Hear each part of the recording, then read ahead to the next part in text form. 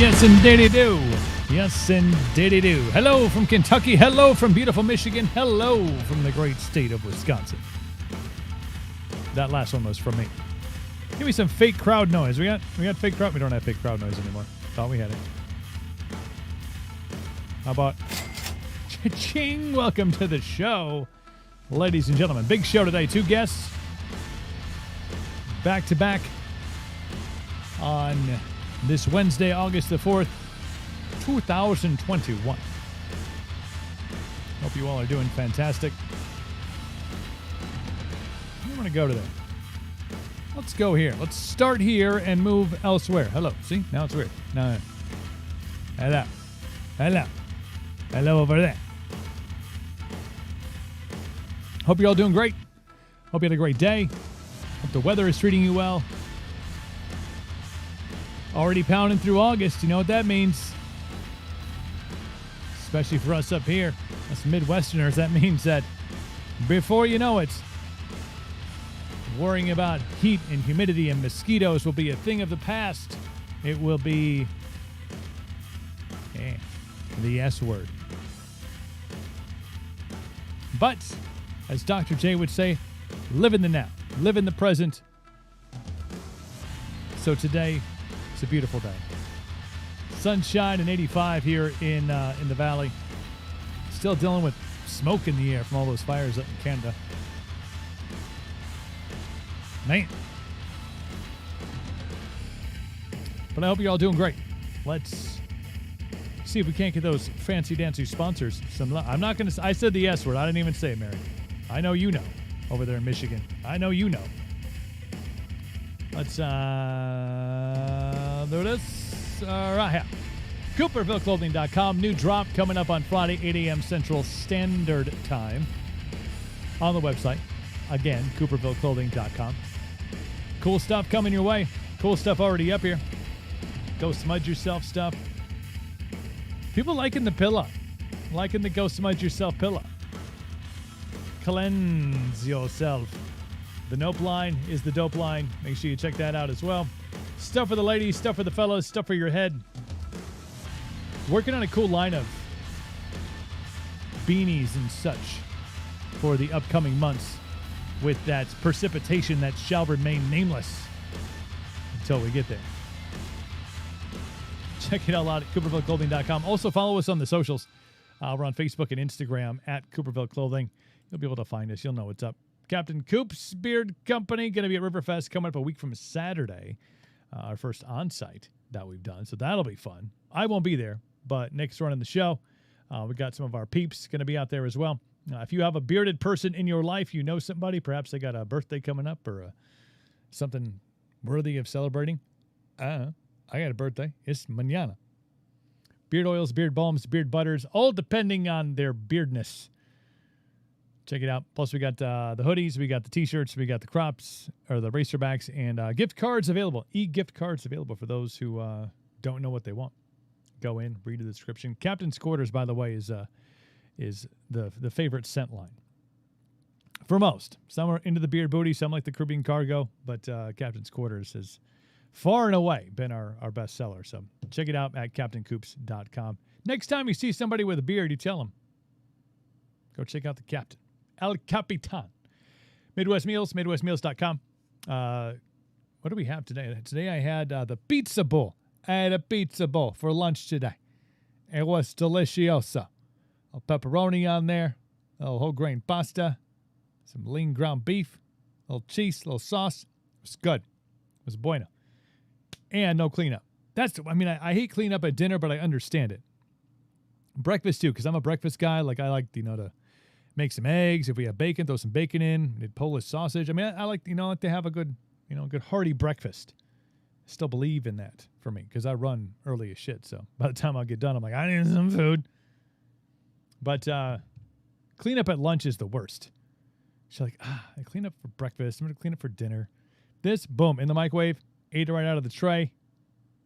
Boom, done. Boom, done. Boom, done. Very simple. Healthy, ready to go meals. Taking out meal prep. Cooper at checkout. That's the code to use. And you get 10% off your order at MidwestMeals.com. They ship nationwide. So no matter where you are, Michigan, Kentucky, Alabama. It doesn't matter. They'll get you taken care of at MidwestMeals.com. Epic Willie's Adventure. We are 8 days away from making our trip to the OT, the Oregon Trail, in period correct Willie's Jeeps. Yeah, old school Jeeps. Some held together by hope and dreams, but we're making the trip. We leave for Kansas City next Thursday, at Kansas City, Missouri, and then we make the trip to Oregon City. That'll be over the course of 14 to 15 days, God willing. And you can follow along Epic Willie's Adventure on Facebook and on Instagram. I'll be running socials for them, so you'll be able to check out what we got going on as we survive the Oregon Trail. It'll be fun. It will be fun. Looking forward to it. That's next week. This week is birthday week, which is exciting. 41 tomorrow. I used to have a problem with that. Especially when I approached 40, I was like, I don't know if I want to say and now I just embrace it, 41, less pop in circumstance, obviously, than 40. And 40 kind of sucked because we were half foot into fucking lockdowns and stuff. So I made the best of it. But, yeah, I'm just like, what am I going to do? Let's go skydiving. So skydiving is planned for tomorrow. Now, I've been talking about this for the last week and a half. It is planned for tomorrow.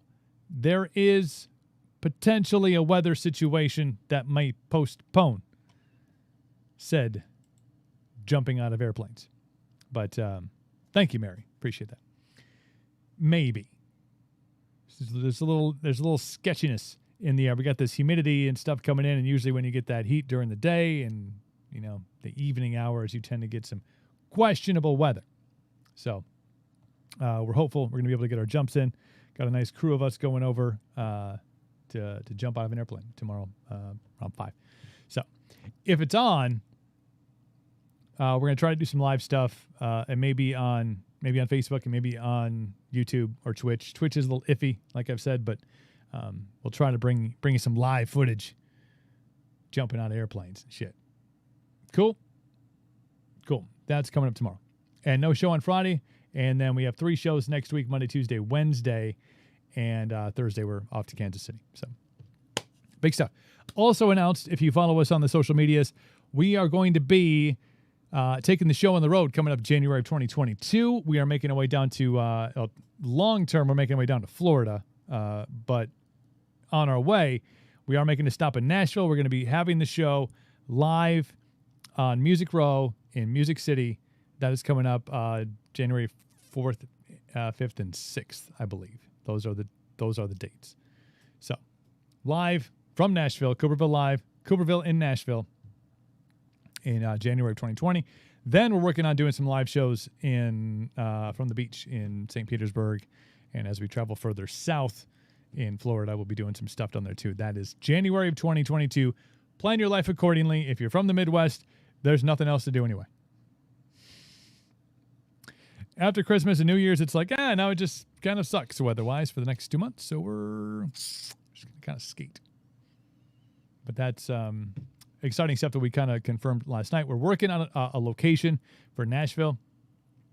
So stay tuned for that. We got a couple of connections out there. We're dabbling in some ideas, but have a centralized location where we go and do the show.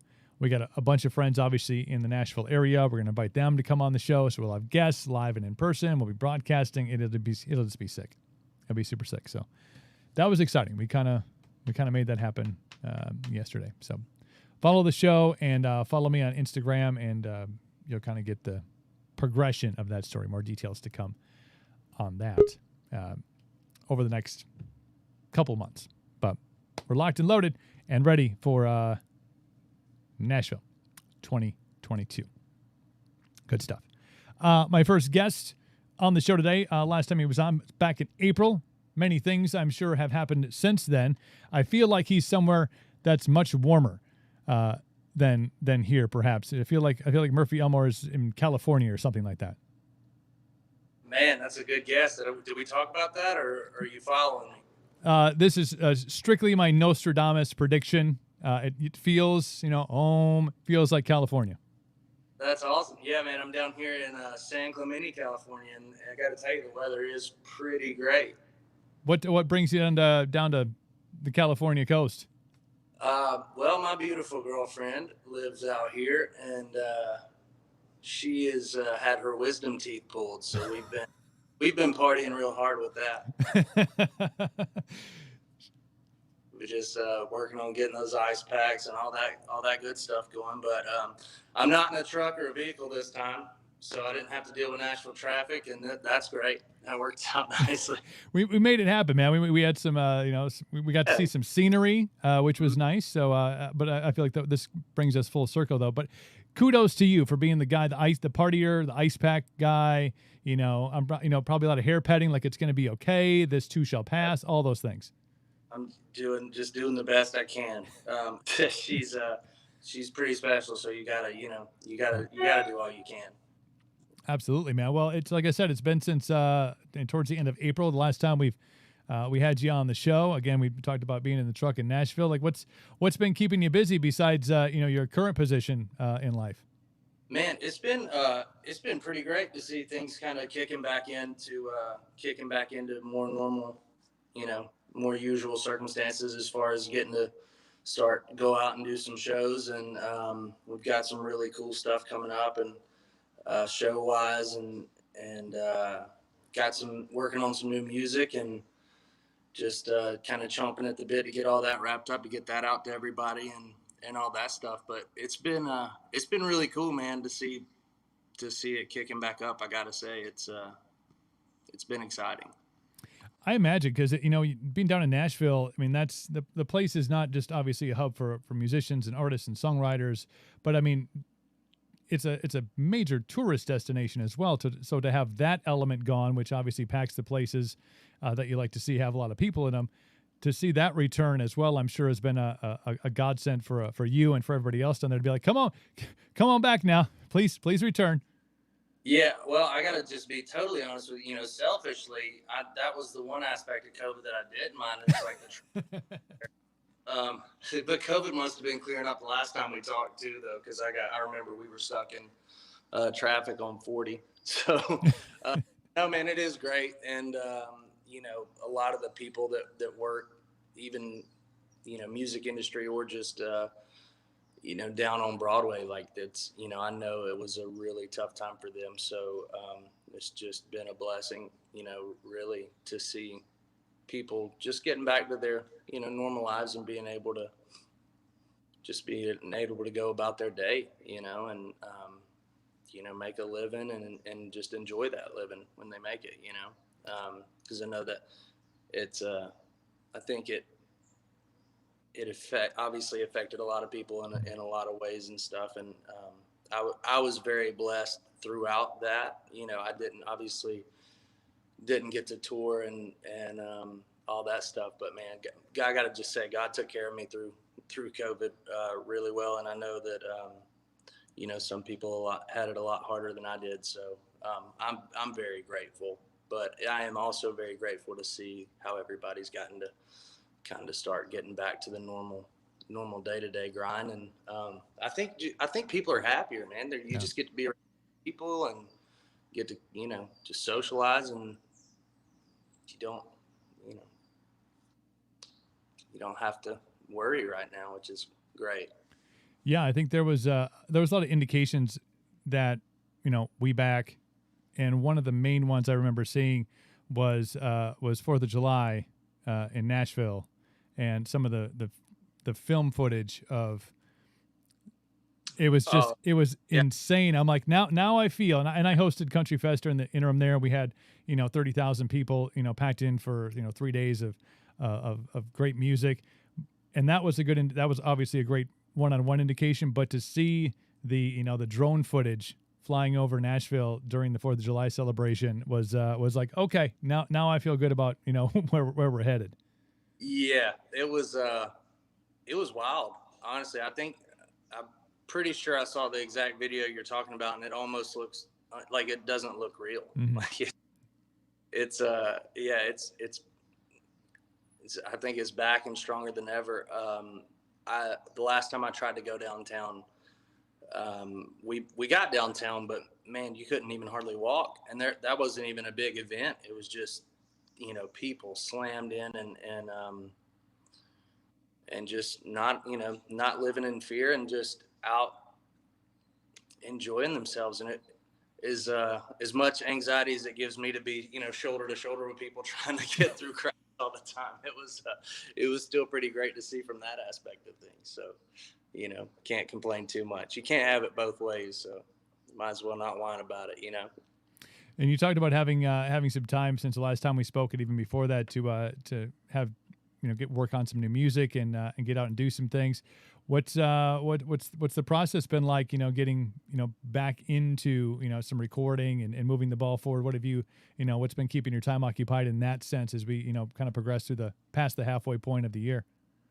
Well, man, just to be honest, the most exciting thing, like as far as the new song stuff's coming along, has just been the opportunities for those writes, like to get in those writing rooms again as frequently as possible, because the truth be told, and I don't know if there is ever a way to write what you feel like is a great song or a hit song, and every time you sit down to write, like I feel you got to have an average of it, and you write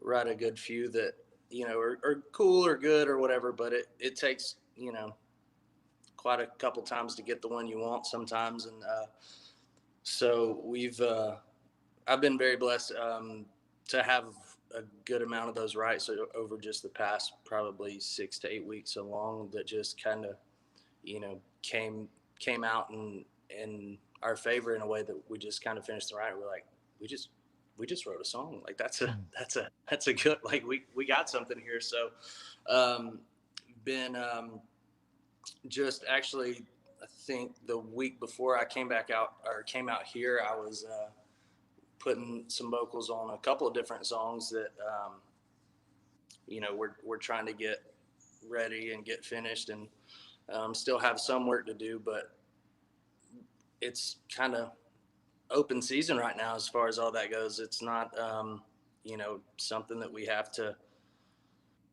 exactly like worry about, oh man, are we gonna have to get this song written and then put this off or whatever it is for this amount of time. So it's pretty cool and exciting to see how that's going. And then we've got some really cool show opportunities coming up as well, and we've been scrambling over the past couple of days, and over for a show next weekend on next Saturday that honestly was just a God thing in itself, because with the way it shook out, typically we like there's a reason you have deadlines of when we can make something work or something, because I've got to let my guys know, and we've got to plan travel and do all that stuff, and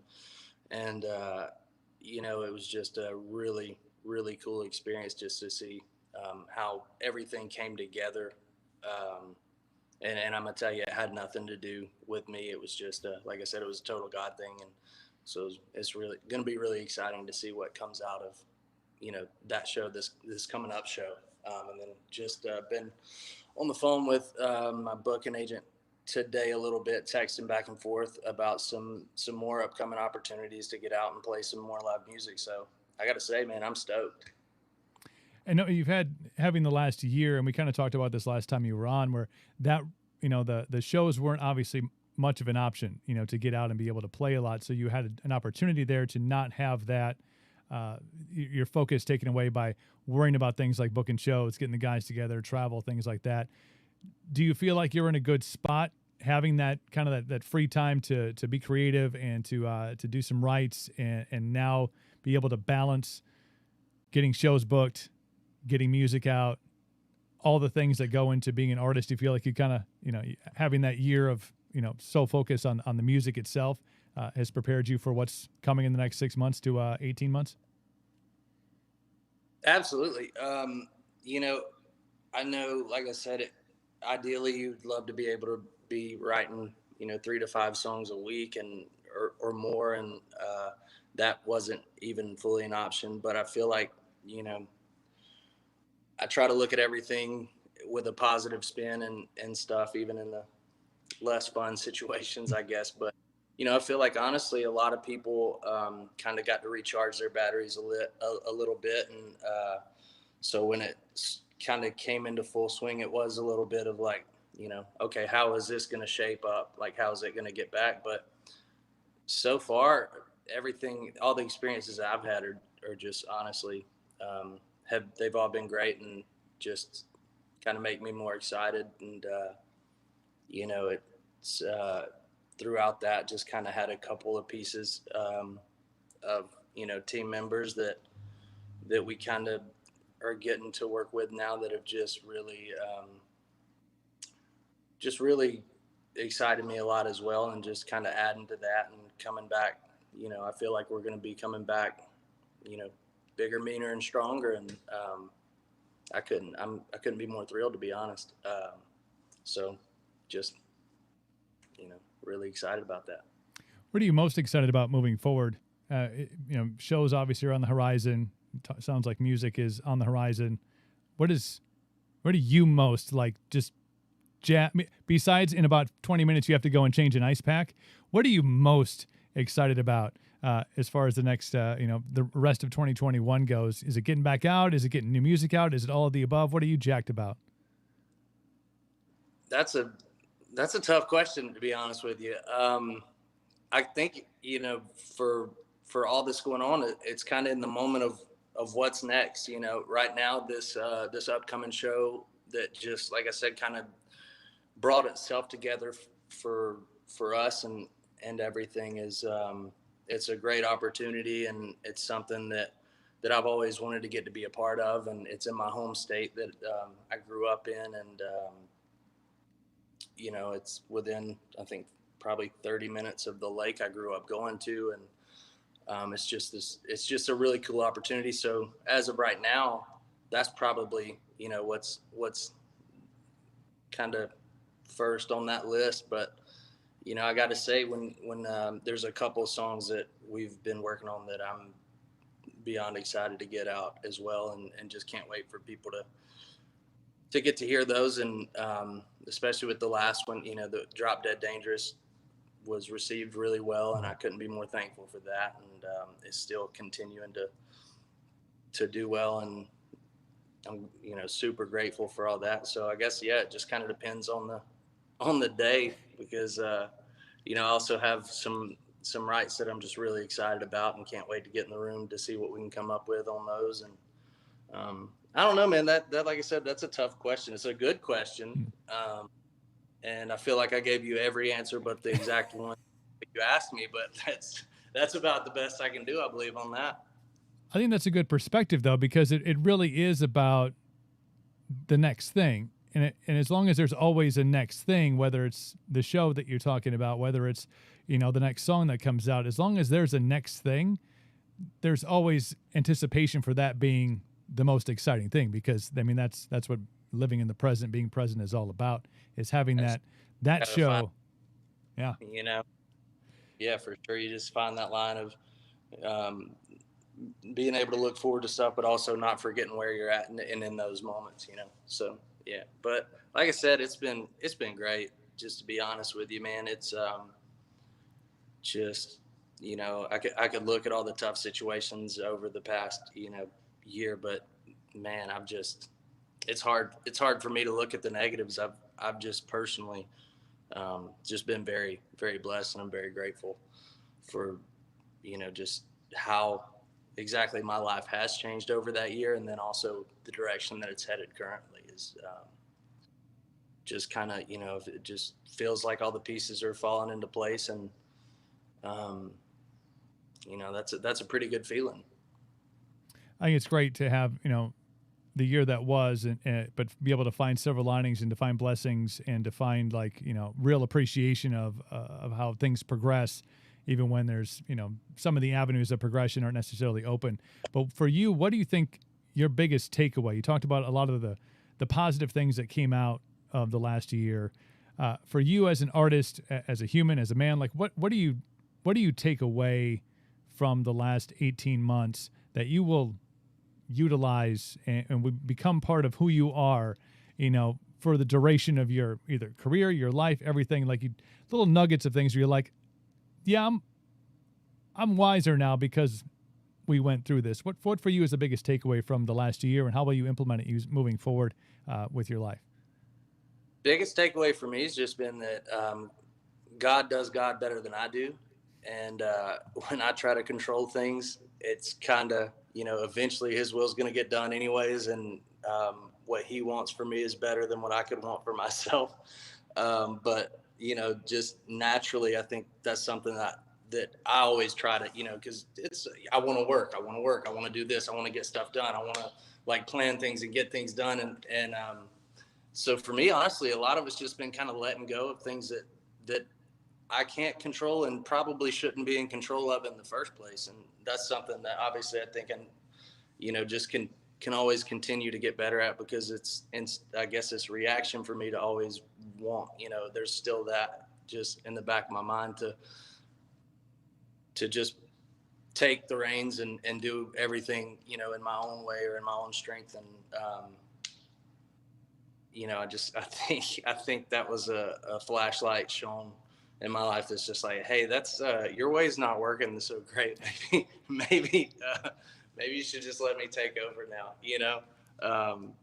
but it's honestly been great too, because it just seems like, it's just kind of taken a lot of stress off of me and out of my life. And also just like so many cool opportunities have just been, opening up and presenting themselves that I, never saw coming. And especially, coming right out of a pandemic, it's like some of these things were things that I'd been working towards, on my own for years. And situations that I'd been trying to be able to get into for a long time.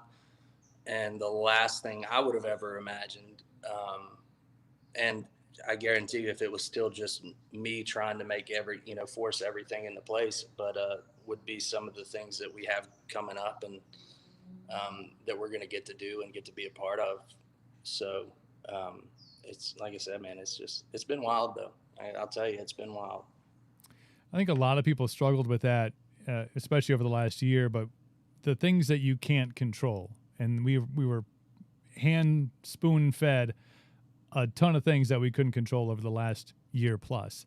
And people got really angsty about things that they had zero control over, whether it was from going to their favorite restaurant or this event being canceled. I mean, and there was, social media, I think it amplifies that, 20-fold, but there was so many things that you're like, if we just redirected that energy, if we just went from, can't believe I can't see Murphy at a show in Nashville on August 2nd, and went, you know what, the next time I get to see him, dude's going to be, elevating his game. Is that who's calling? Is that That's what they should have said. They should have redirected that energy. But there was so much negativity, that because of things that were out of their control. So for you to say, like, I just kind of, let go of that, let go of the reins, let the horse, lead to where it was going to lead to. And obviously the path has worked out in your favor from the sound of things. I'm not going to sit here and tell you it was always easy or that it was always easy or not, will always be easy for me to do that, because I think by nature, I like to feel like I have control of things. So, but, I'm just kind of like everybody else, just doing the best I can. And it's just, for me, it's kind of just made life so much, just everything day to day so much easier. And honestly, like, I know that sounds crazy, just at some point just be like, oh, I know that sucks, but just let it go, because it's not easy to do, but it's working for me. I just got to be honest with you. And I have learned when you tell people that they should let it go, it usually doesn't. They get a little more upset about that. They just let that go. People are like, what? Sometimes the truth hurts, man. Sometimes it stings a little bit. For sure. Yeah. I've probably been that guy more than a few times, where somebody's giving me good advice, and I was like, unbelievable. Can you believe this guy? Yeah. Guilty. Guilty parties are on this call right now. Absolutely, man. So I do want to let you know this, not to clear your calendar out, but we are taking the show to Nashville, January 3rd, 4th, 5th, and 6th. We're going to be down in Nashville, taking the show down there live, going to be having guests on. I will get a hold of you, extend the invite out if you're in the area to come on down. We're going to find a centralized location, and we're going to get on the hang and listen to music and, talk like we know what we're talking about. Absolutely. Well, I'll try to plan for that, but you got to start thinking of what to get me for my birthday. Ooh, when's the birthday? The 6th. I'm just saying. Hang on. Let's put this. Better be real fancy. Hey, mine's tomorrow, so you have a day. You have one. Oh, yeah, I got to brainstorm. I think I'm good. My girlfriend is taking me skydiving for my birthday tomorrow, so we're jumping out of an airplane. Well, that's either going to be really fun or really tragic. I guess we'll find out. There's two ways that goes. Yep, my dad got to do that a few years back, and I think I was out on the road and like that weekend and wasn't. Unfortunately, I wasn't able to make that, but he had so much fun doing it. He was like, I've got it now. I've got to learn how to fly those planes. So he loved it though. He had a blast. So I've got to go at some point for sure. Yeah, it was one of those things. It was brought up in conversation like 6 months ago, like randomly, probably after, a couple of beers. I'm like, yeah, I'd skydive. And then like 2 weeks ago, she's like, guess what we're doing for your birthday? I'm like, oh, okay. Yeah. You heard that, huh? Oh. Man, I might be a little more apprehensive personally. Like we did our first shows back that I got to do, we're actually out here on the West Coast. And we were on a flight from, like, we flew from Nashville to Dallas into Fresno, and we hit an air pocket. And I'd never hit an air pocket before, but the plane basically that's flying just goes for a minute, like for a little while. And I'm not gonna lie to you, that one had me a little shook for a second. I was looking up guitar player on the plane with me, and I was like looking up trying to find him, like it would matter if I could find him. It's just like, but we thankfully pulled out of that, and we got to our destination safely and had a blast playing, and met some really cool people out here. That was my first time touring out this way, and we'd had it on the books pre-COVID, but obviously it had to be postponed and stuff, so we were able to get back out here and do that, and that kind of kicked things off for us. But it was interesting. It was a good time though. It was a good time. It's got to be fun to go and anytime you play a new venue or a new location, especially when you're talking about being on the coast out there. That's got to be an exhilarating experience for you to get up on a stage, somewhere you've never played before in front of people that, if they know who you are, they probably know you through social media, maybe never had a chance to see you live. So that's got to be a fun experience outside of the plane thing. Yeah, absolutely. Well, I'm going to tell you something. It was well worth it. Cause like you were saying, you get to meet a lot of cool people, but the first show we played, like we flew in the day of that show. And it was so cool, man. This group of people, they walked in and they had custom shirts, like custom, like Murphy Elmore shirts, and I was like, that's insane. We've never even played out here. I didn't even know if anybody would show up at all, much less know who I am, much less have their own custom made, just whole get up, going on. And so that was actually really cool. And, it's kind of like a wake up call, like, okay, I guess it's time to start doing merch again. So we had to get that going, but anyways, it's all good now, but that was really cool. That was the first, I think one of the first I've seen too, of just, that in depth of a custom shirt, but they did a good job on it. Honestly, I might should have got their business cards or something. Maybe I should have hired them. You guys interested in doing my merch for me, since you're clearly already have it down? Yeah, you're kind of killing it here, and I just feel like people would enjoy those.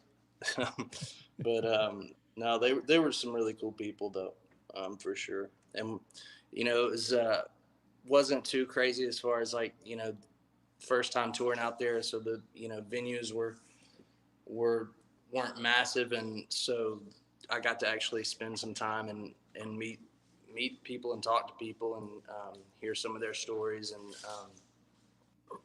just, it was pretty relaxed, which is awesome because that's not always the case. And I'm not complaining about when it's not either, because those shows are amazing too. But there is something cool about when you actually get to meet, hang out and get to know some folks. Yeah, man. I mean, and I'm guessing that's just a part of the things that you miss the most is that fan interaction. You have it on, social media. Obviously, you have people that follow you enough to make their own shirts of your likeness. But to be able to actually meet them in person and have a conversation and really, develop that artist to fan relationship. Like, oh yeah, we met Murphy, when he was out in Fresno, and then next time you're out there, you're close by, they make the trip over and they invite their friends to follow along. So it's good to get back to that organic, real grassroots, growing the entity. Yeah, and I don't know if it makes me a narcissist or not, but it was surprisingly easy to talk to people wearing a shirt with my face on it. That was interesting, but no, they were super cool, for real. No, I think that sounds completely normal. Like, oh yeah, that's a good looking shirt you got there. Can you go home and make about 25 more? We're gonna sell them for $30 a pop over here at this table. Yeah, I'll slide you 10% under the table if cash, non-taxable. We don't have to know. Nobody has to know. They need. Wait, I don't hear. I should. No, they need that in California. And a little tax-free something out there on the coast. Yeah. My mom lives up there, so. Oh, no kidding. She's up in the northern part of California, so I get to hear all the loveliness, the good stories. All the fun stuff. I got you. Yeah. Awesome. Well, Murphy, it's so great to catch up with you, man. I'm glad that things have been going. The trajectory continues to move forward. Still a huge fan of Drop Dead Dangerous. If anybody that's on the chat hasn't checked that out, I mean, it's a killer song. And I know that from the sounds of things, it's the way things have been working out and progressing with your hands off the steering wheel. We got more good stuff coming up very soon. Man, thank you so much. I appreciate your time. It was great catching up with you as well. And let's shoot for something in January. Hopefully you guys make it down and we'll get to hang out. Yeah, we're the road trip. It starts in Wisconsin on January 3rd. It ends and moves to Nashville for 3 or 4 days. Then we're spending the month of January into February in Southwest Florida. So. Yeah, that sounds a little warmer than Wisconsin. I've never spent much time in Wisconsin, but it doesn't seem like it'd be so warm in January. No, it's a good time to get the hell out and come back in spring when it's much nicer. Get to Florida. Might have to write that as a song. You're welcome. I'm just here to give, man. I'm just here to give. There we go. I appreciate it, man. I really do. Awesome. Murphy, take care of yourself. Go take care of that girlfriend of yours that probably needs some ice packs changed out. And we'll be in touch, man. We'll talk to you before the end of the year. We'll get January locked in. Awesome, man. Murphy Elmore, if you're not following him on the socials, make sure you go and do so because I'm telling you, through the roof with that guy. Mary says, best of luck. He's still best of luck. Good stuff, man. Drop Dead Dangerous is the latest single. If you didn't hear me say that, from Murphy Elmore, you can find it on all streaming platforms. Great song. Fantastic song. Fantastic artist. That dude's got his head screwed on the right way. And maybe it's the Southern California sunshine currently, but I got a vision of that dude doing amazing things. And hopefully, I mean, it's his birthday on January 6th. We're going to be down there. Get him on the show. We'll do a birthday shot. We'll have all of the fun. Murphy Elmore, ladies and gentlemen, on the show. We are going to take a short break. We're going to come back with Rocky Morningside. Stand by. There's more of Cooperville Live to come.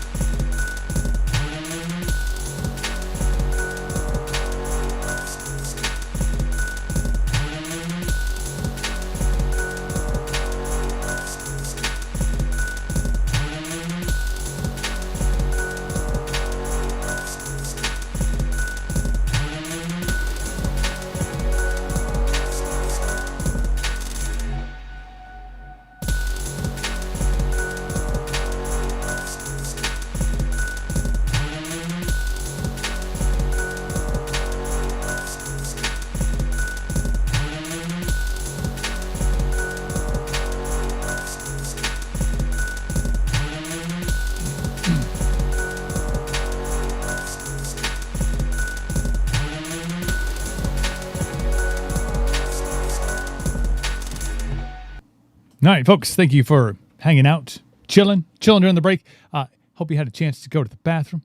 Maybe you had a chance to go get yourself a beverage, a little snack, some popcorn for the show, whatever you needed to do. Hopefully you had a chance to do just that. Do want to mention, as you can see in the scroll below, we are on Patreon, patreon.com/Cooperville Live.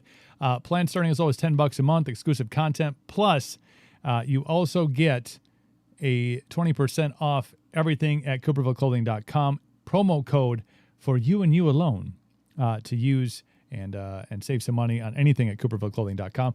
Again, the website is patreon.com/Cooperville Live. Plans from $10 a month. I think it goes up to $20, and then we do have like a exclusive tier at $30. But it helps support the show. It helps support all the endeavors. It helps fund us taking this show on the road and lining things up down in Nashville and then down in St. Petersburg, Florida, and then St. James Island, I believe. St. James Island in January when we take the show on the road. That's going to be pretty freaking awesome. So patreon.com/Cooperville Live is the website. Go and check it out. Again, you get that promo code for 20% off.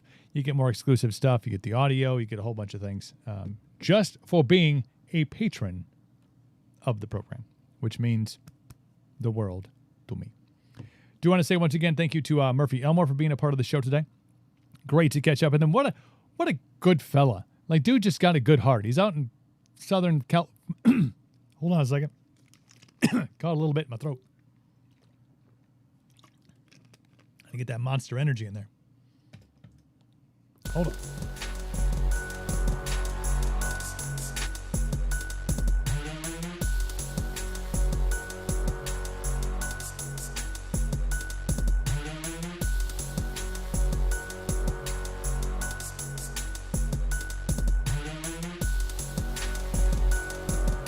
Yeah, felt that one coming. Okay. We survived. We're back. We're good. But Murphy Elmore, just a good kid, taking care of his girlfriend, just getting her wisdom teeth out, got her wisdom teeth out. It's probably there, taking care of her, writing songs about leaving for Florida, like all the things. Good dude. Really embraced a lot of that lockdown stuff, especially in a place like Nashville where, that's the bread and butter down there. And he, as he said, he was blessed, made it work. Little H in my giddy up. Thank you to Monster Hydro. That's that new Tropical Thunder. Thank you to them, proud sponsors of the program. What else is going on? Waiting on Rocky Morningside. He's going to join us here in just a bit.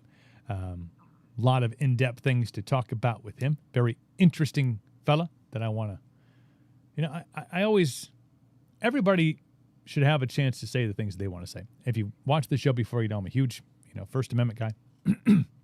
Freedom of speech, even if it's stuff I don't necessarily agree with, like it's your right to say it, because I'm sure I say a lot of shit that people are like, he shouldn't say that. But I'm all for it. And to bring him on the show is what we're going to do. So he's coming up in just a bit. So we're talking about this Nashville trip. I just saw, wasn't one of the locations that we were looking at. We have a couple different locations that we're looking at taking the show and doing it live down there. But there was another venue. I can't remember the name of it. Something with a 5 in it. Something with a 5. They have decided, and again, this is strictly up to the business. They have decided to make it, in order to enter, and this is a place that does food, does live music. I think looks like they have DJs and stuff. So it's a venue that you go, an establishment you go and hang out at. And they have decided that in order to enter their business, you will have to show your vaccination card.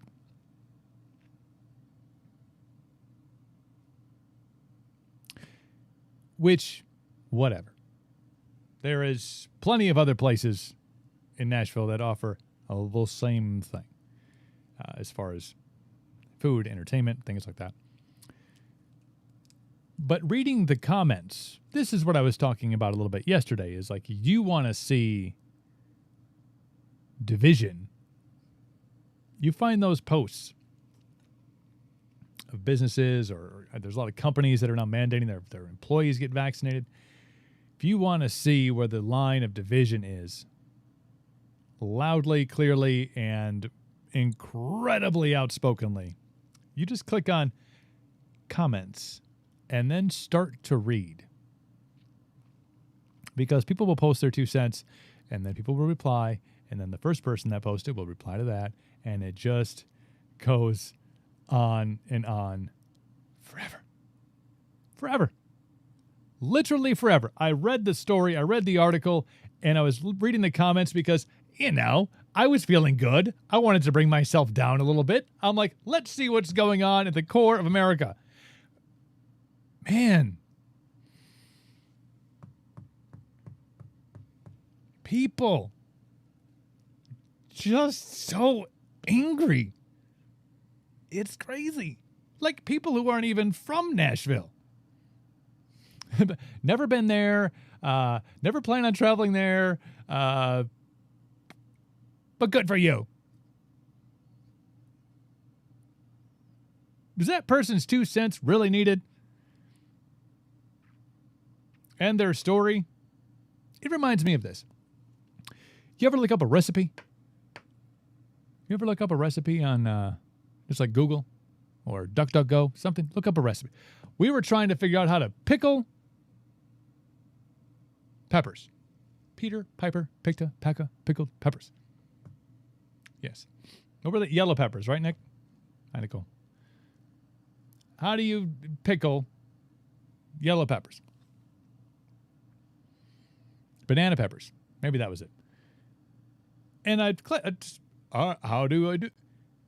Here's what bothers the shit out of me. Anytime you look up a recipe, this was included in that. There's a 14-paragraph story about how they came to that recipe. It dates back. Like, it's not even just that person's story. It is their grandmother's story. My grandmother who grew up sweet banana peppers. Thank you. See? Keeping me in line. Their grandmother, who was born in, a small mining town in West Virginia. And she had to cook for 14 men. And you're like, what? Wait. And then one day she stumbled upon a pack of pickled peppers. No, sweet banana peppers. And she sat there for 14 days in a row and wondered, how can I preserve these? Then it's generational. She passed that recipe on to her mother.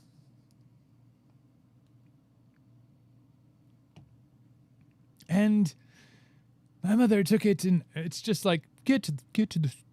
Same with this person who posted on the Nashville bar that's not allowing people in without their vaccination cards. Like, could have saved yourself a bit of time. Never going there. Never planned to. Never have been. Like, 0 people care. How many? 0. But I found it interesting.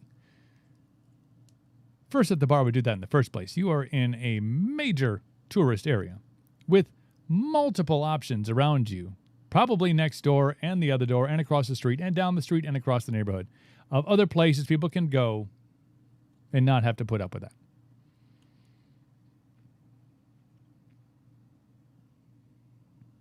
Somebody had posted on there in this, I'm not going to get into it, but I will tell you. So they were comparing people who were like, yeah, you do you make your decision, it's your business, to those who won't make cakes for certain people.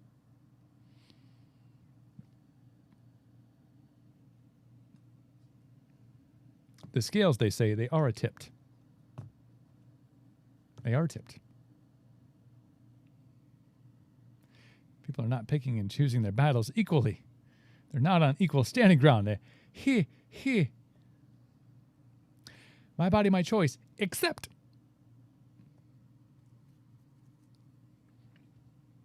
Like, at least if you're going to come into the fight, if you're going to come into the comment wars, which, again, I read them for entertainment purposes only. I'm like, wow, we're fucked up.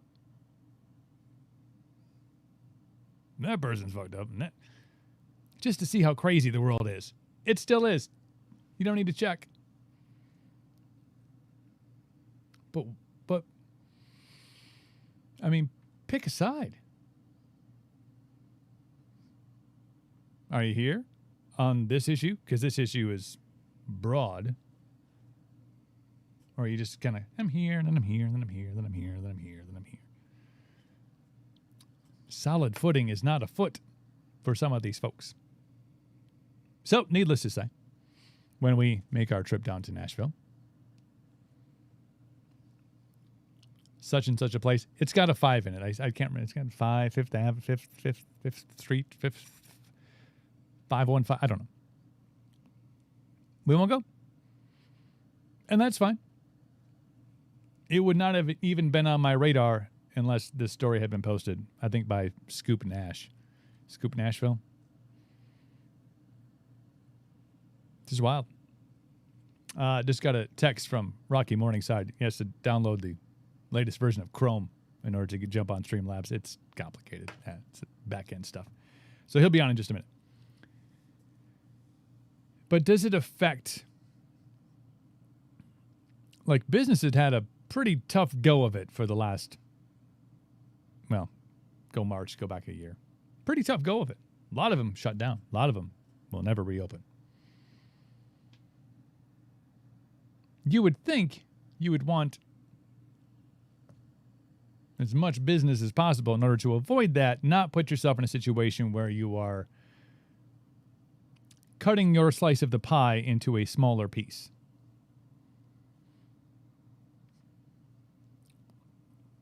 It seems like business sense, you know. But again, people standing on their questionable laurels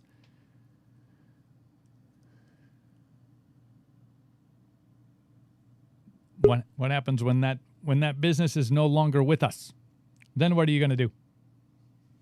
Because I will buy that business. I will move to Nashville. I will buy that bar. We will buy that bar. Sorry, honey. We will buy that bar, and it will be open to everybody. Come on in. First drinks on us. No, that's a bad business move. Don't do that. We'll buy it. We'll call it Coops.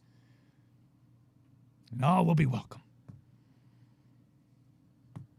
Madness. It's just madness happening in the world. But I digress. We won't be going there. We will not be going to whatever the hell the name of that bar is. Maybe that's shamelessly why I couldn't remember the name of it, perhaps. I digress. Thank you all for hanging out wherever you're watching. If you're on Facebook, if you're on our YouTube, if you're on our Twitch, we thank you for being a part of the show. Click on our Patreon link. Support the show. Keep us on the air or on the web, wherever we are. Rocky Morningside, I found, again, another artist I found on Instagram and was just intrigued, interested, wanted to know more, wanted to hear more. Read the lyrics to his latest 2 songs, War and Joe Rides the Dragon. I'm like, we need to chat. So I reached out to Rocky. First off, dude's got wicked beard game. Like, I need to send him some Captain Coop's beard stuff because dude's rocking a killer beard. Rocky, welcome to the show. How you doing, my friend? What's up, brother? Doing well. I've been debating on whether I'm gonna just get rid of it. It's so much trouble. I've had it for a year and a half. Yeah, it's a pain in the ass. I know, man. I saw some of the earlier pics of you, and I was like,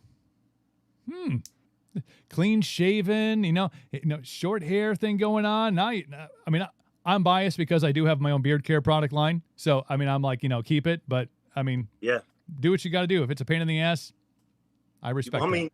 I'm sure you know what I mean. When you go to eat, it gets in your stash. Oh, yeah. If you're a whiskey drinker, that's nice. So you have that little extra sip whenever you get it. But and you always have the aroma is always there. You're like, yeah, that was some red breast. I remember that. That was good. That was, but no, man, thank you for being on the show and appreciate you taking the time out. And man, I want to hear your story because I read a little bit of it, especially the early years, Rocky Morningside Jr. before.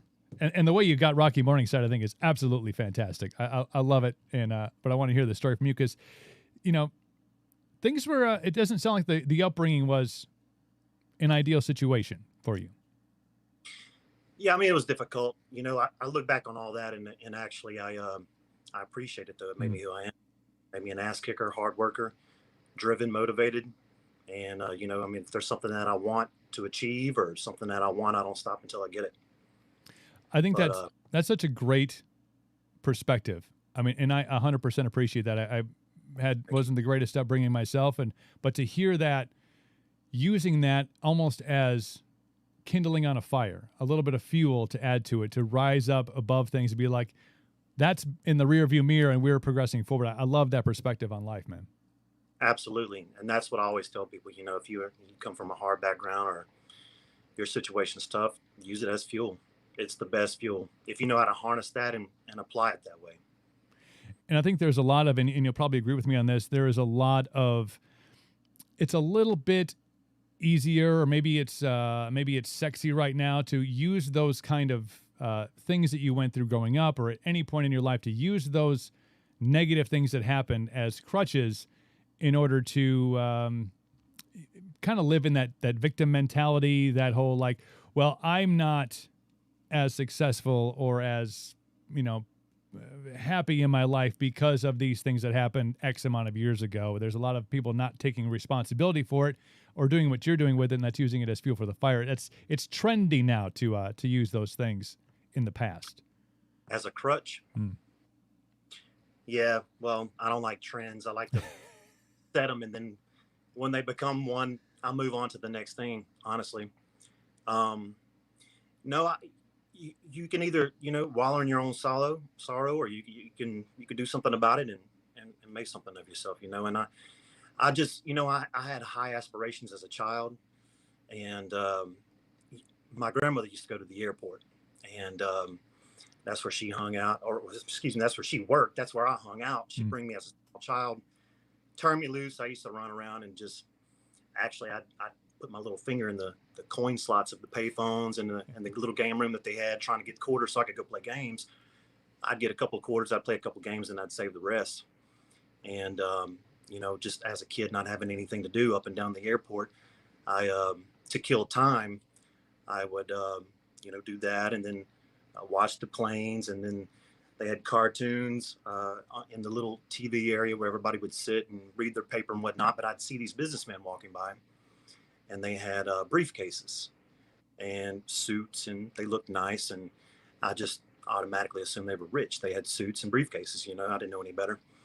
And I always saw them reading papers. And so one day I got curious and picked up the paper, and I noticed that it was on, I don't know, it could have been USA, the stocks, or, whatever. It was a stock page nonetheless. And so I got to looking, and I was curious of what those numbers are. Well, the more people that I started seeing do that, and those pages being left open to the stock page, I just got interested, and I thought that, well, maybe this is how they do it. I don't know. It struck a chord with me. And so I wanted to know, and I continued to, over the years, dig into that and ask questions and research. And I'd actually skip class for the better part of the day, but I'd hide out in the library reading about stocks so I could know, because I just figured that was a way out. That was a way to get to where I wanted to go, and I learned it and pretty much mastered it, along with a lot of other things. But it's just that constant running and fear of being where I came from. Again, I never want to go back there, so I'm constantly running from it. And people say, money doesn't make you happy. Well, it sure makes things easier, and money definitely does not make you happy. But, coming up from a rough background and not really having anything, it sure is nice to have, so I've always tried to make sure that I've set myself up in a position so that I wouldn't have to worry about that ever again.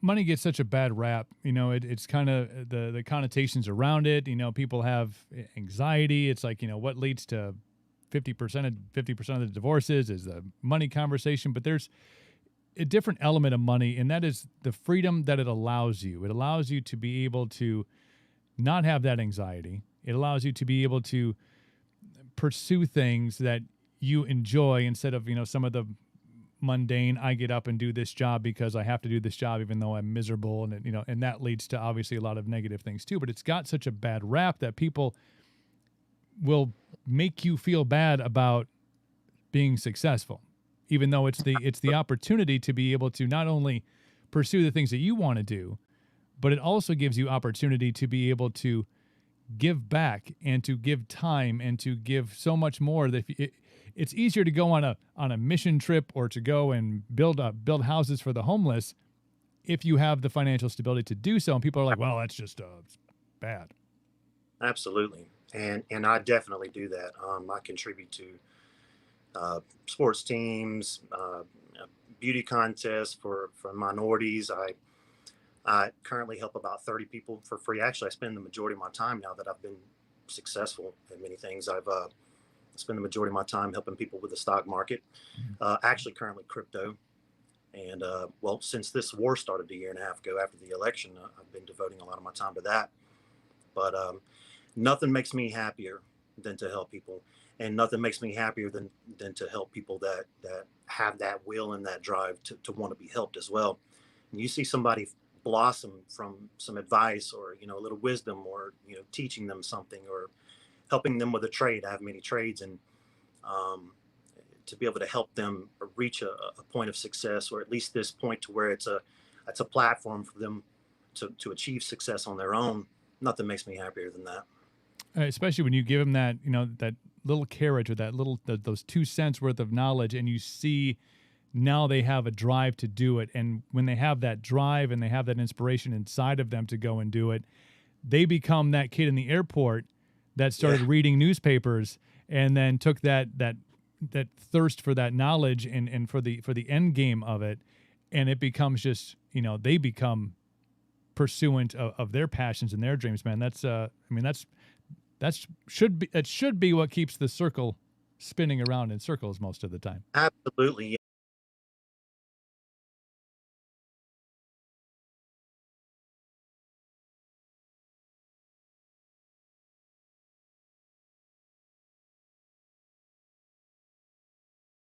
Like it. When did music find its way into your life? I know you had a lot of, it sounded like a very eclectic, as far upbringing goes, a very eclectic music infiltration into your brain. I mean, pretty much from what I read, every genre, everything kind of was fed into you.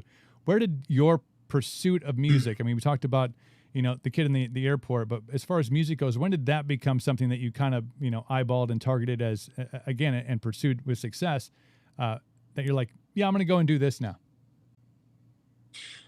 I think, music just, as a child, it touched me. I felt like it was an escape for me. I'd listen to music, and it was just my happy place. I remember every family member that I had enjoyed music, various different types of music. My grandmother listened to gospel, Elvis Presley, nonstop, old country, not that sissy shit that we have today, but good old honk, and then my dad, of course, he was a rocker. It was always Zeppelin and Doors, Boston, and bands like that. And then, of course, my mom was Lionel Richie and a lot of that type of music. And then I had some Motown inspiration in my life. I had a very rounded group of family members and people. Of course, at my dad's, where they were always partying every night, so people of all walks of life would show up there, and those people, of course, had different types of music that they listened to, and so I was exposed to a lot of that very young. I remember probably my first experience with music would be choir. Of course, I don't know if kids have choir these days, but that was a requirement whenever I was in school, and so I didn't really like it, but my music teacher was really cool, and so he made it easy, made it fun, and so I enjoyed it. And then I played trumpet for a brief period because he said, "Oh, well, your mouth's shaped like it. You should be a player." I was like, "What the hell? I want to play the drums." But so I played the trumpet for a little while. That didn't last very long, and then so I got into a situation where, my stepmother beat the hell out of me pretty bad, and so I moved in with my mom, and I'd never lived with her, so I went to a completely different school, and one of the things that they had there was guitar. So I was like, hey, I've always wanted to play guitar, so I signed up. And you had one grade, and that's at the end of the year, you form a band with some of the classmates or whomever, and then you perform. And so that's what I did. And so I needed a guitar. I talked to my stepdad. He was really cheap about things. He liked to save money. Good guy, really good inspiration in my life. And so he said, well, we'll take you to the pawn shop and get you a guitar. So I went to the pawn shop and got a little Hondo. In fact, I got that guitar here, and I still have it. And I don't throw away anything. I take care of things and make it last. But so he bought me this guitar, and the action was so high on it that I was having trouble learning the chords and how to play it well, you know. And of course, I was a small kid, I had little fingers, and well, I had two other guitar players that were in the class, and one of the guitar players, his uncle was James Burton, Elvis's guitar player. Wow. So naturally, he had a great guitar to play with. And then the other guy, he went on to be with some band. He toured and he started. I think he moved to L.A. In his maybe when he was around 19, stayed out there for about 10 years, something like that. But he ended up being in a touring band, doing really well for himself. But his name was Christian Wojcik, and he had an Ovation. So I had a guy with a Martin and a guy with an Ovation. I had some piece of shit Hondo from the pawn shop that cost $40. So naturally, they smoked me, and you know, but they were my friends, and that's who I hung out with. And when it come time to assign who was going to be in what band and how we were going to do all that, they said, "Well, man, you can't be in our band." And I was, well, that upset me. Why? Why can't I be in your band? I was like, because you suck. So, and I did.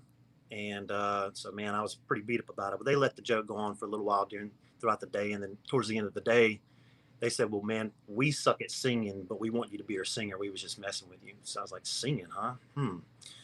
So I went home that night and put on some CDs and started trying to sing to it. I'd never really given it a shot. And it's just like, the hell with it. The next day I said, all right, I'll do it. I had the rest of the year to prepare. And that's what I did. And so at the end of the year, we performed in front of the auditorium, which was probably about 250 people there. First show ever. We had matching shirts, what is the silk material or something like that. And it's pretty lame. And I did Guns N' Roses' Patience, I think, first. And then Dead Horse by Guns N' Roses. I don't know what we were doing with Guns N' Roses back in the day. And then something else. But anyway, so I did Patience. And that was the first song. And then I opened up with the whistle, of course. Yeah. And after the whistle, immediately we had a standing ovation. And I hadn't even started singing the song yet. It scared me. I was like, whoa, what just happened? These people jumped up and went crazy, started cheering. And then when I realized they were cheering, after the fear had left my body, it was just an addiction. It's something that I had to do. And so James Burton actually was in the audience. So for my very first concert in middle school, James Burton was there. So pretty cool story.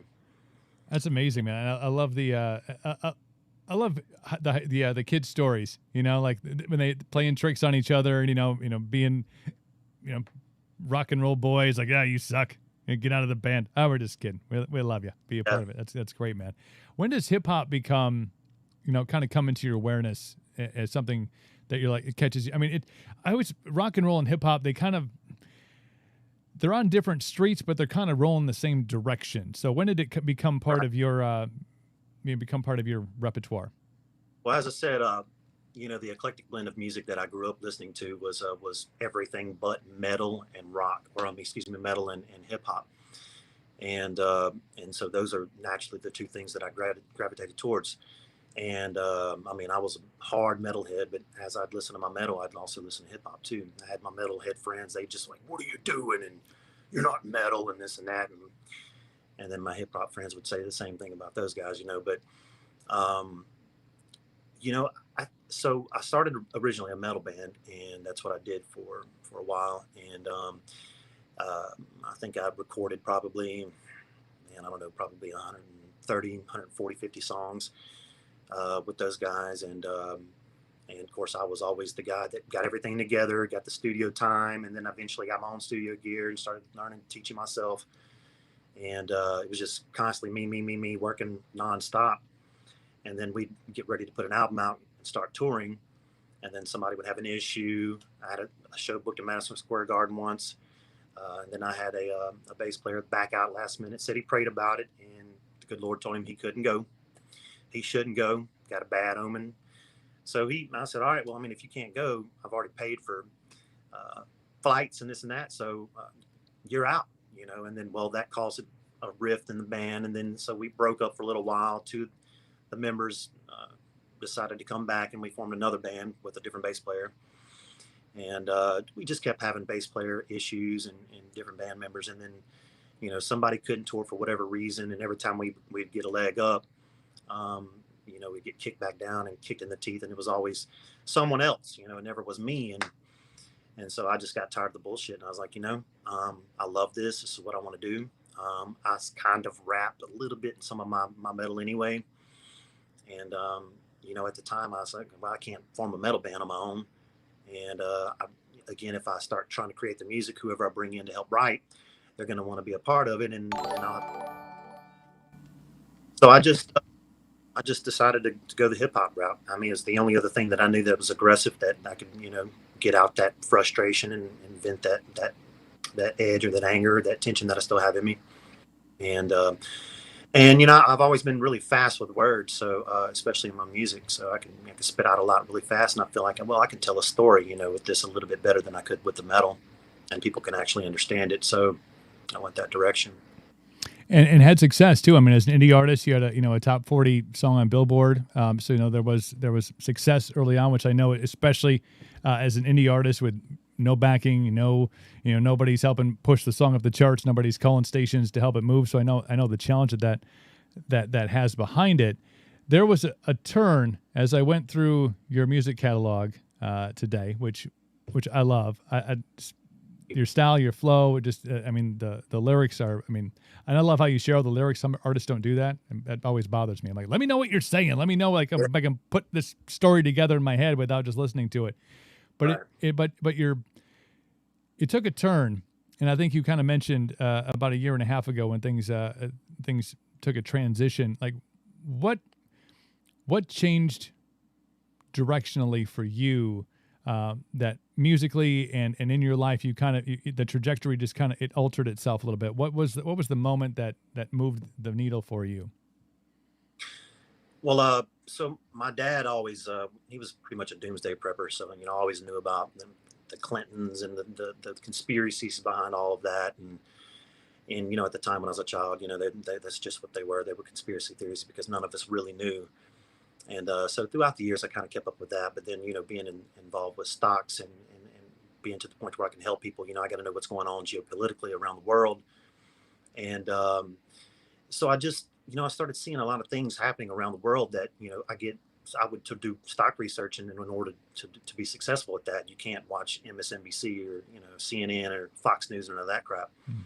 You got to find your news sources, from other places, Sky News, Australia, and Graffitas out of India, and just various places to kind of see what the components of the world, are what's happening around the world. And so I started, seeing a lot of things that just seemed really strange. But then, I figured, the popularity contest, it doesn't take a Rhodes Scholar to see that anything that Donald Trump would post would be, it'd be lit up with, thousands or millions of likes or views or whatever.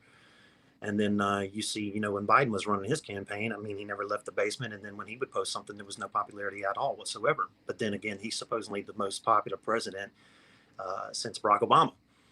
It just, a lot of things didn't add up. And, but I continued to live life as normal. Everything was fine, whatever, but paid attention to it.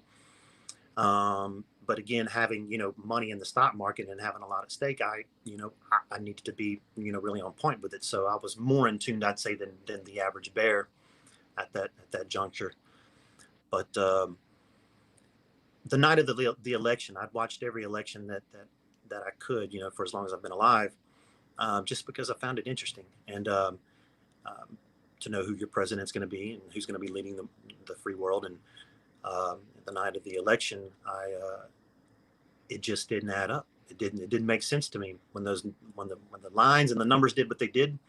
I was like, there's no way this is possible. And so it just kind of ignited a fire for me to dig deeper, research harder. Although I already did that, I just took it to the next level. And then in the process of doing so, I started finding things that I just found to be really disturbing involving children and whatnot. And then along the way, I started vocalizing it. I immediately took to Facebook. First, I went to my personal Facebook and started telling friends and family, hey, this is what I'm seeing. This is how I feel. I'd never done that before. I'd never done any sort of videos or anything like that. I'd make a post and I'd text like everybody else, but I never would, grab the camera and start talking. But, I felt like I had so much to say and I wanted it to be conveyed as real. And I didn't want to get in a debate with people about, you know how people are. You can give your opinion, and then suddenly you're gonna have 100 haters coming back and saying what their opinion is, or disagreeing or starting bullshit with you. And I didn't want to do any of that. So I felt like, well, if I make this video and it's me being real, then if anybody says anything in text, then they're pissing in the wind, because unless you make a video and let me hear you speak and you speak to me, let's have a debate where I can see you speaking, then so I know you're not copying and pasting and you're finding your rhetoric or your rebuttal from some copy and paste site or whatever, and it's real. And so of course I had a little flack from it. Some people didn't say anything. They're kind of like, what the hell's going on with Rocky, or that's Rocky's my stage name, Hemingway's my real name. I just don't go by Hemingway for business reasons and other things, but everybody's like, what's wrong with Hemingway, what's wrong with Rocky? And the people that knew me personally, they would stop by to check on me and make sure I'm all right. I'm like, man, I'm perfectly fine. I just feel like I've kind of awakened to this something that I think it's going to be hard to explain or for you to understand unless you've followed the steps that I have to learn this. I'll be happy to share it with you. And I did. And a lot of people listened, and a lot of people started, doing their own research, and, were following mine and the stuff that I've done and the things that I've uncovered. And then some of them just got really nasty, man. I tried not, I didn't, I swear. I think honest people swear. Yeah.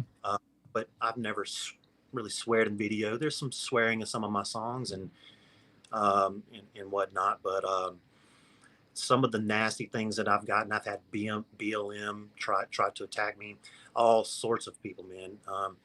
And so I've just gotten really pissed off, really angry. And to go full circle to answer your question, all of that encompasses why I decided to start writing about it. I got mad as hell. And I'm like, I was trying to actually fit in or figure out where I fit in with my music, because it's obviously not the Gucci gang bullshit that you hear.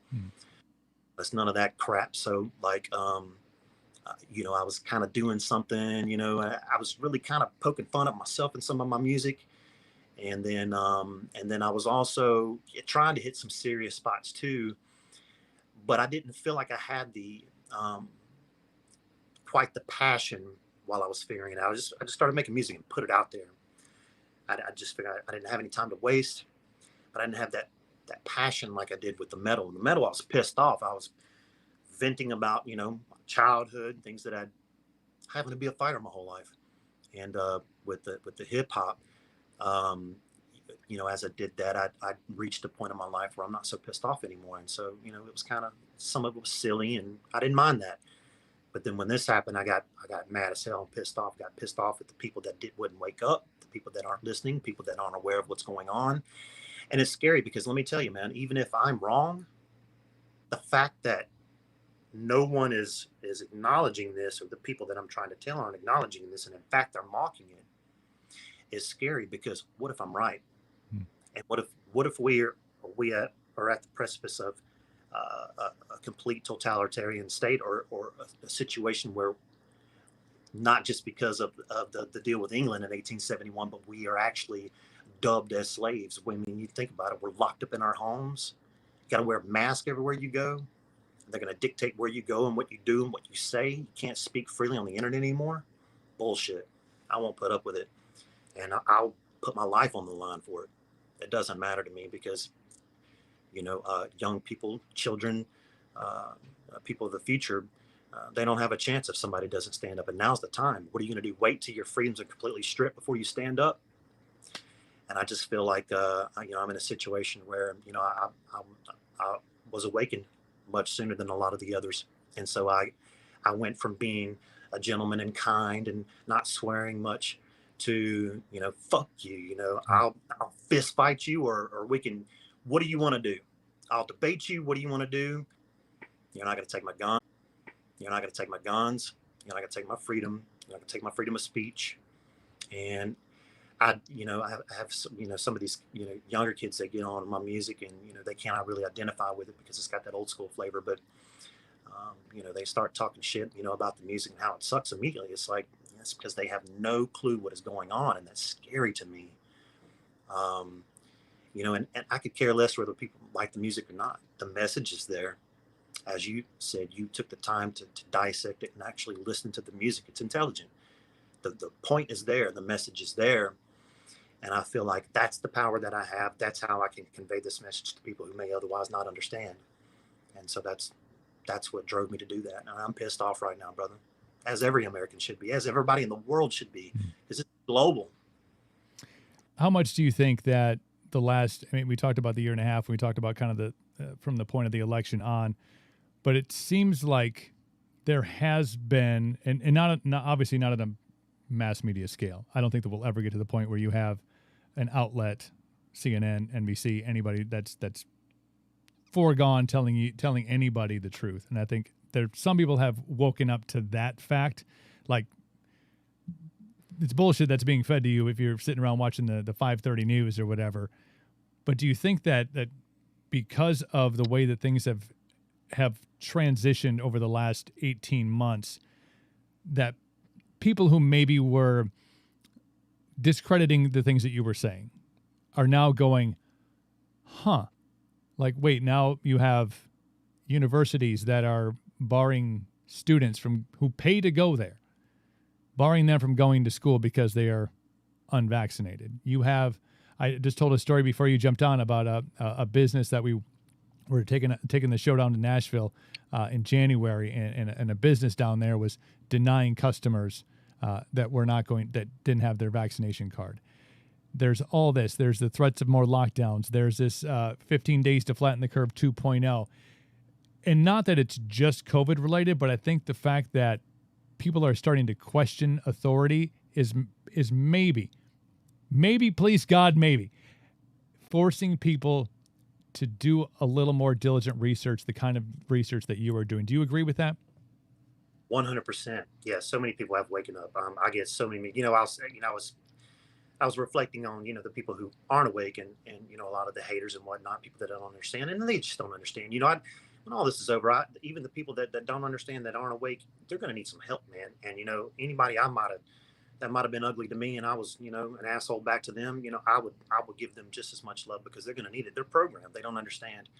But yeah, absolutely 100%. I have so many messages, so many people. And I tell you, when I first came out with all of this, my phone blew up. Everybody that I knew was like, whoa, like, what do you know? Like, please tell me what you're saying makes sense. And I've looked into some of the stuff you're saying and it makes sense. Tell me more. And mess people that I don't know, people all over the world I speak to on a daily basis about what's going on in their country, New Zealand, Australia, England.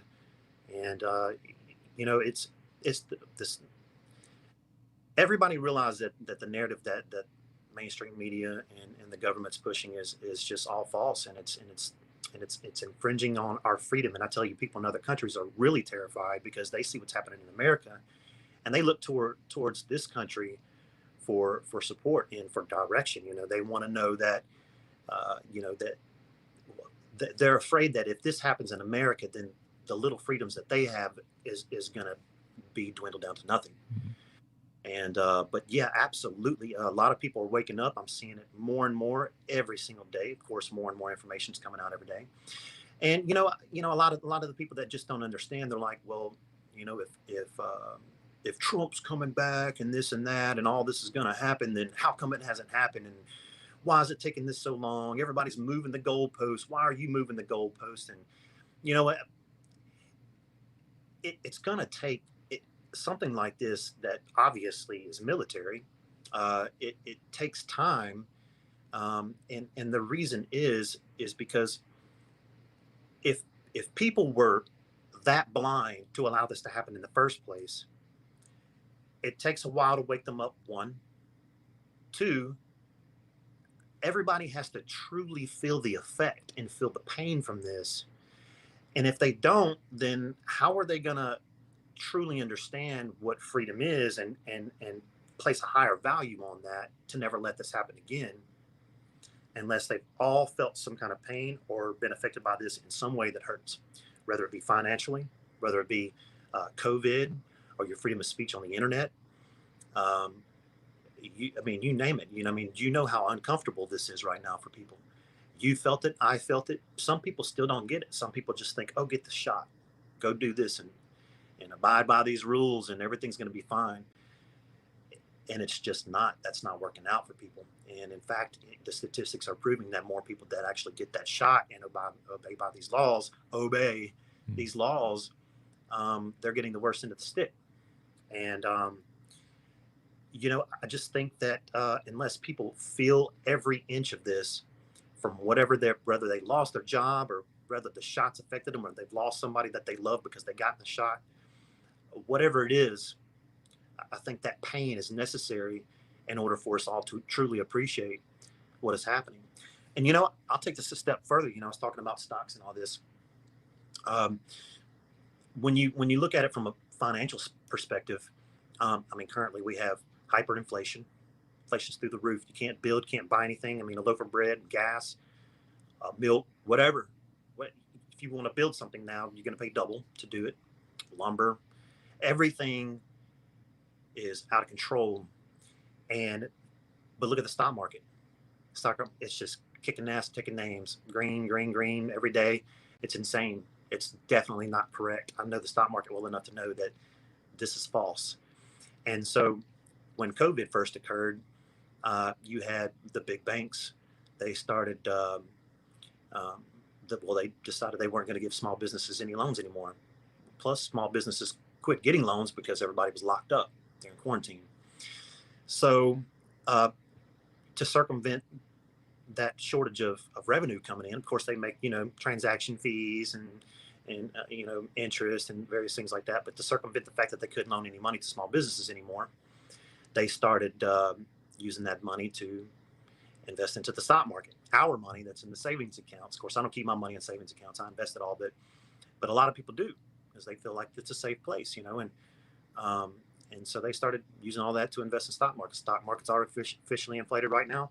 All it's going to take is one catastrophic event, a nuke scare in lieu of everything that's happening right now. Look at Iran. There's those potential possibilities.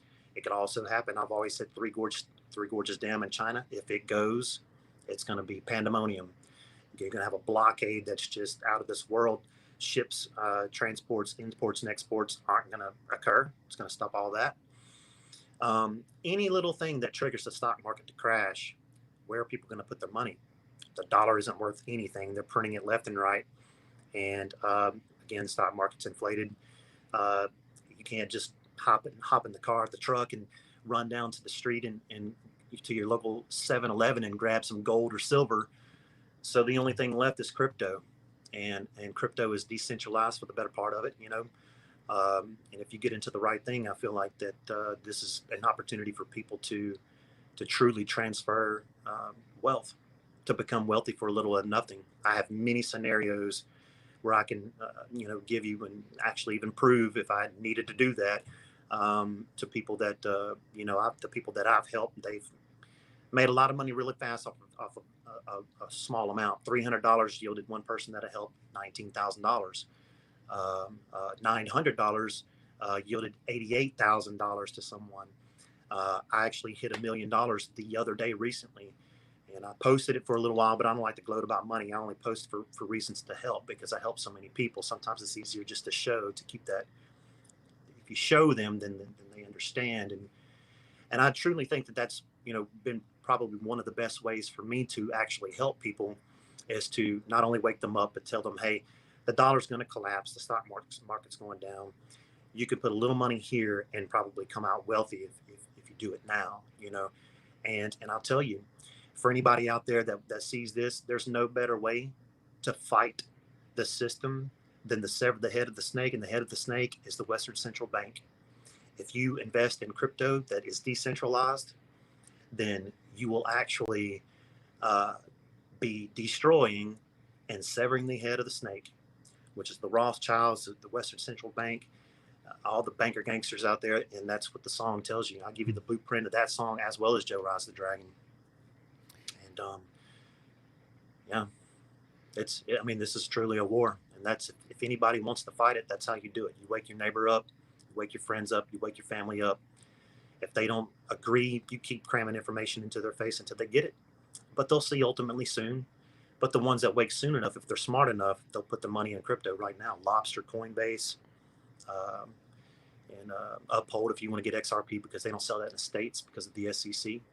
But that's what I do, brother. I spend most of my time now helping people and inspiring people, waking them up, and helping them plan their financial future for free.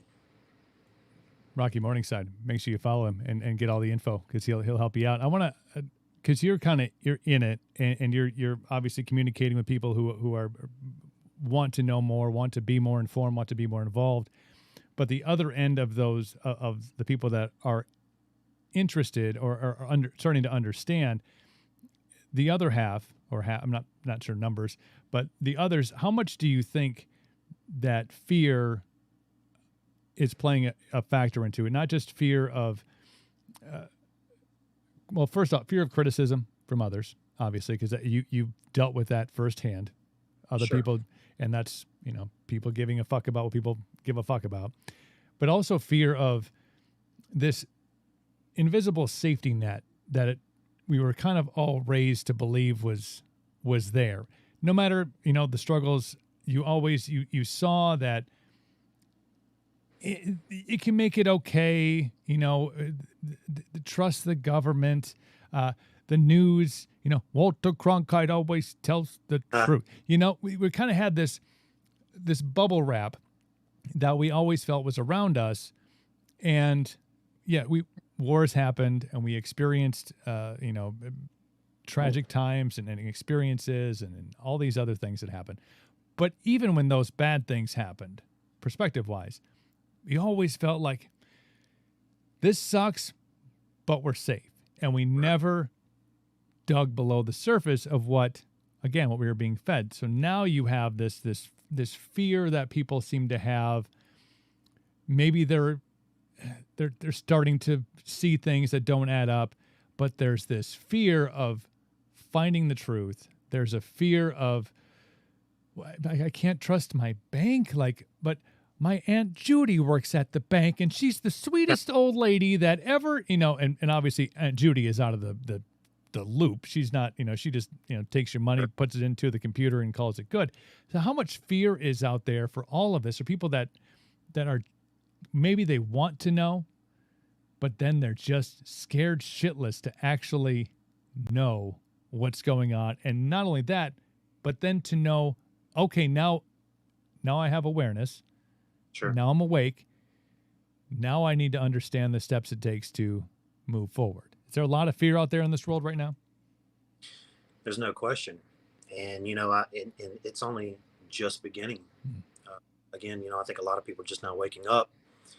But the people that don't know and to even just imagine, like you said, that safety net that we've always had, to just imagine that, our government doesn't have our best interests. And, the thing is, you could say our government because it's primarily our government, but this is way deeper than that. This is every government everywhere. I mean, we are quite literally talking about, everybody's like the Illuminati and this, and that's what we're talking about. What call them the Khazarian mafia, call them the Illuminati, the globalists, whatever you would like to call them. We are working with a powerful entity of the elites that just view us as cattle, and that's what that's what our Social Security card is, and our number, and birth certificate, You know, I mean, I could get crazy deep with all that about how we were docked when we come out of the womb, and then we're docked, and a doctor brings us into the earth and all that. And it's just really deep. I'm not going to go there, um, but I think that fear is in everyone, and it's just that there is so much disinformation out. I mean, just as much. You know, I tell you what, in fact, I need to post that link, and for your viewers, I will post a link. I currently have a link to War, my song that I just put out, but I will put a link to the news. Again, I can give two shits about whether that song does good or bad. It's just an information piece. At this point, I'm not really worried about a music career. You know, everybody's lives are on the line, and that's the difference. So I'll post that link to my Telegram. My Telegram is tell all. That if you look at my Telegram, sometimes I will post some things that may seem just completely radical. Maybe they're true, maybe they're not. I post the information for people to decide for themselves.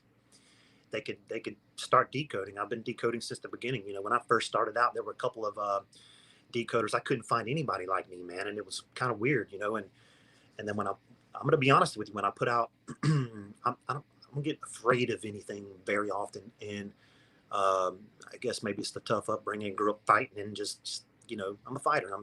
It's just that's how I am. So I'm not afraid of much. But when I wrote Joe Rides the Dragon, and I released it on the 7th of January. When I was making the music video, I'd been awake for probably 4 days straight when I did this, and I'll tell you, when people out there that know, people that have been awakened like me, when you're that awake, and when you discovered some of the things that I have, some of the children being abused and killed and mutilated and tortured, when you go as deep as I've gone with this, and you truly awake, they don't call it the awakening for just a random reason. That's real, and I just don't sleep much anymore because of it. But when I started seeing this, and you know, I felt compelled to start writing about it. I didn't stop at that song, and I actually wrote the song probably about 15 different ways.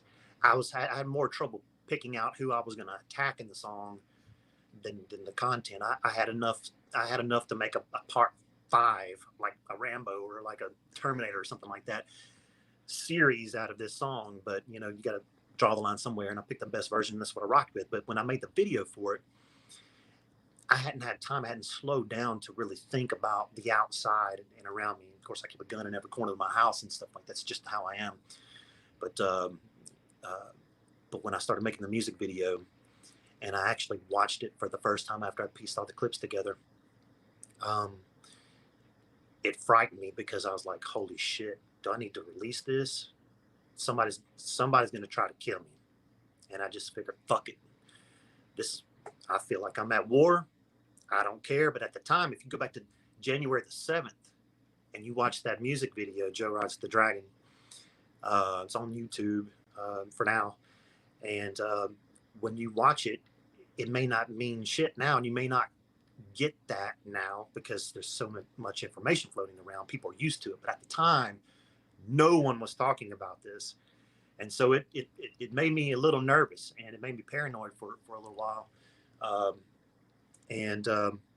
But then shortly after that, I found a couple of people like Code Monkey Z, and then Whiplash, and Gene Decode, and a few people like that. And some of it was a little radical. They started talking about the reptilians and incorporating the aliens and stuff like that, which, you know, I think you're naive to think that maybe there's not something else, another planet out there, you know.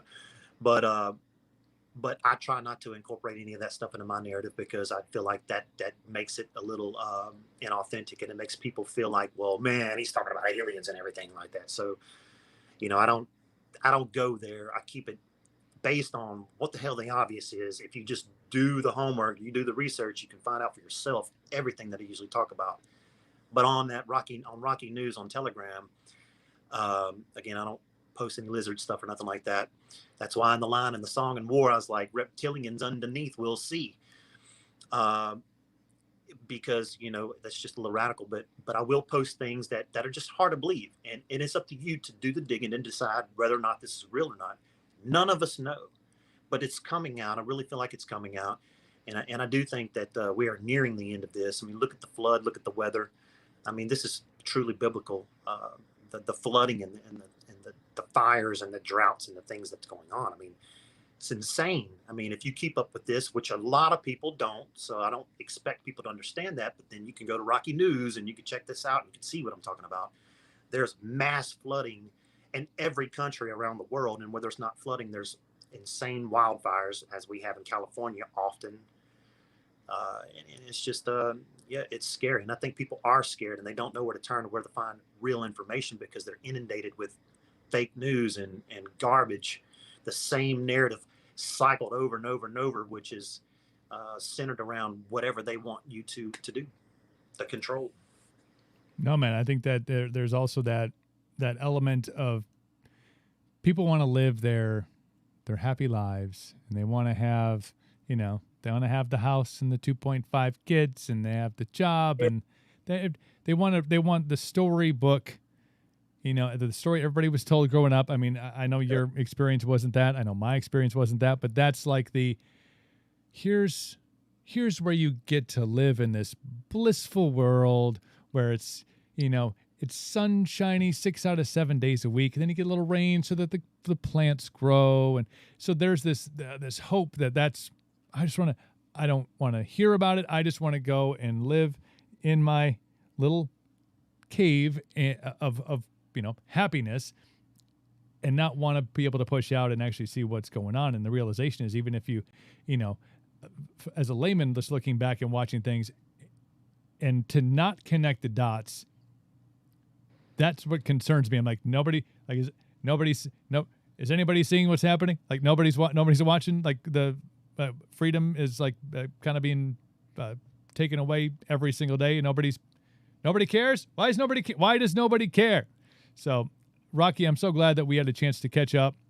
Please share that link, because not only for the viewers of this show, but for me, selfishly, I want to find that next level of information and research. And I appreciate what you're doing, man, because I feel like you're out there doing you and living the truth. I mean, you're like, without the fear, without the bullshit,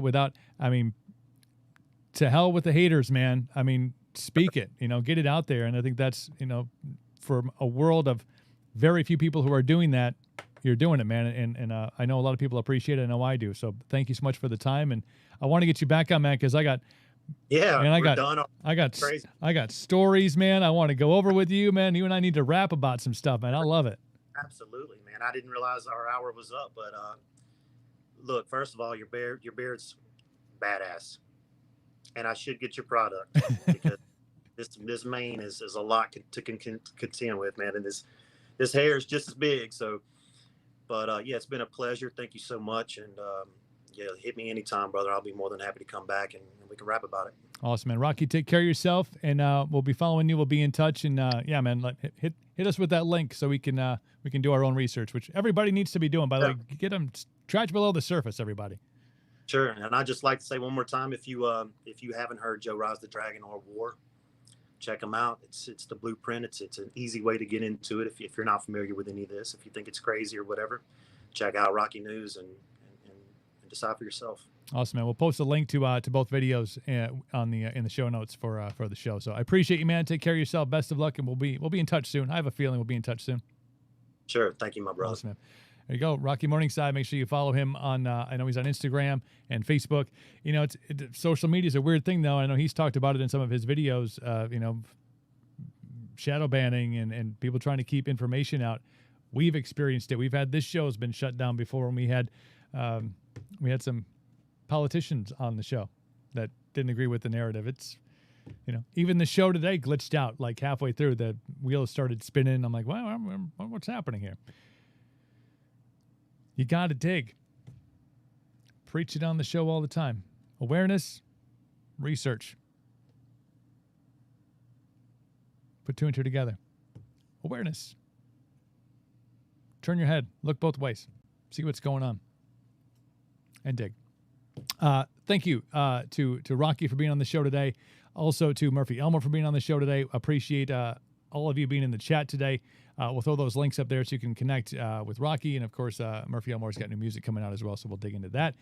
Tomorrow on the show, I'm jumping out of an airplane, weather permitting. because why not? Because at some point, that tactical skill may be required. Always expanding, always growing, always learning. So take care of yourselves. Have a great night. Please make sure you follow us. Here are the links to the show. Insta, Facebook, the Twitter, YouTube as well. Share the show. Always helps. And patreon.com/Cooperville Live helps us stay broadcasting to the world. Thank you all. Be well. Have a good night. Peace.